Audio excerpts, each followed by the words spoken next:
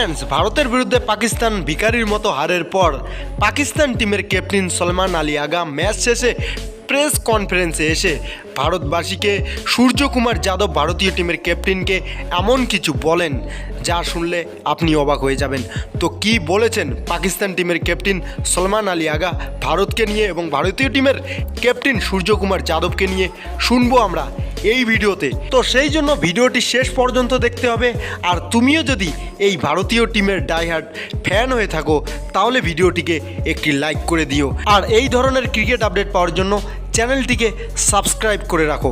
তো বন্ধুরা, যদি ম্যাচের কথা বলি তাহলে পাকিস্তান টিমের ক্যাপ্টেন সলমান আলী আগা টসে জিতে ব্যাটিং করার সিদ্ধান্ত নেয়। তারপর ব্যাট করতে আসে পাকিস্তানের দুই ওপেনার, আর অন্যদিকে বল হাতে হার্দিক পান্ডিয়ার প্রথম বল ওয়াইড হয়ে যায়। দ্বিতীয় বলে স্যাম আইয়ুবকে জাসপ্রীত বুমরার হাতে ক্যাচ করিয়ে 0 রানে প্যাভিলিয়নে পাঠিয়ে দেয়। তার পরের ওভার বল করতে আসে জাসপ্রীত বুমরা, কিন্তু জাসপ্রীত বুমরা 2 নম্বর বলে মোহাম্মদ হারিসও আউট হয়ে যায়। 6 রানে 2টি উইকেট পড়ে যায় পাকিস্তানের।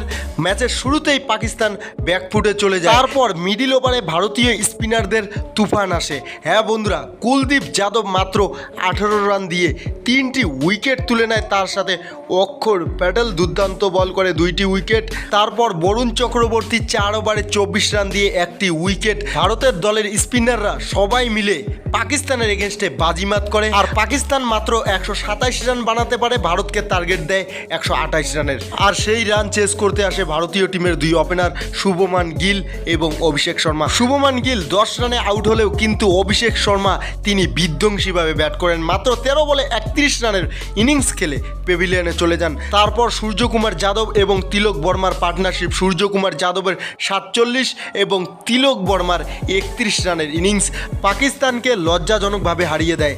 তারপর পাকিস্তান টিমের ক্যাপ্টেন সলমান আলী আগা প্রেস কনফারেন্সে এসে ম্যাচ শেষে এমন কিছু বলেন যা শুনলে আপনি অবাক হবেন।